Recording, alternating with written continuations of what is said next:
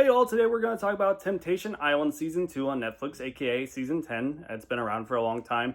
This is my second experience with the show. I didn't really get into last season, to be totally honest. I thought it was kind of boring, very manipulative. I just did not like the contestants, and I was just like, what is the point of this show? But this year, I was like, I'm going to go fully in on it. It's only 9 episodes, it's typically 10. And I was locked in. There are definitely some highs and lows of this season. We got 4 couples here, along with host Mark L. Wahlberg. We have Kaylee and Summit. We have Sydney and Mikey. We got Scarlett and Cole. We have Cheyenne and Jack. All 4 have very different reasons for being on this island.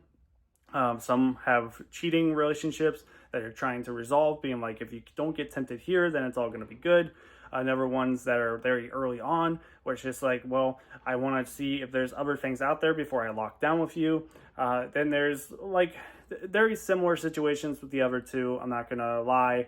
And you got some people that are very much not into the experience. They don't want to participate, which ultimately backfires on their behalf because they want them to fully embrace the experience and see if they have the capability of being tempted by these people, which, you know, that's one way to go about it.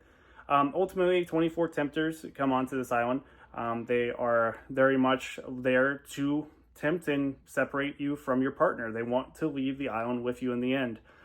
They are very manipulative. They're very much on your side about everything. And that's the thing. It's like, these are not real relationships you're building. These are just fake things for television that ultimately you're trying to leave with this person. Your goal as a tempter is to make them break up and make them have doubts about their relationship. Mark L. Wahlberg is a fantastic therapist host. There's bonfires every couple of days where they kind of reflect on scenes that have been captured, where you basically look at what is going on at the other person's villa. And yes, villa is the common phrase in like Love Island. If you like Love Island, you like Too Hot to Handle. Too Hot to Handle, I don't think is ever going to come back. So if you are kind of missing those vibes, this one does have some of those vibes. It is very repetitive. Some of the challenges you'll see are very similar to those in Love Island and Too Hot to Handle. And they're very like just there to basically be fodder for the bonfires to be shown and make a bad case and make a therapy session go longer.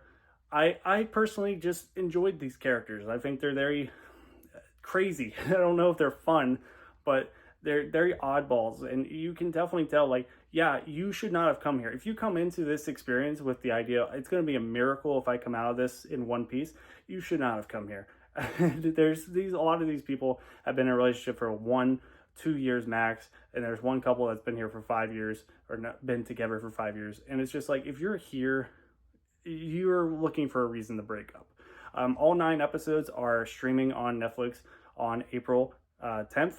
I highly recommend checking it out if you like those shows I mentioned. It goes by very quickly, and ultimately, it goes the way you anticipate. And I won't spoil it, but yeah, let me know in the comments. Don't go in the comments if you don't want to be spoiled. I want to know if there's someone you think from episode 1 that we're going to survive, and by the end, if someone ended up not going home together, if you were surprised. And yeah, I think it's a fun enough show, and I think it definitely handles its own against shows like Too Hot to Handle and Love Island. But yeah, I mean, it's season 10. If you've seen it before, I'm sure it's the same as always. But for me, it's new and it's fun.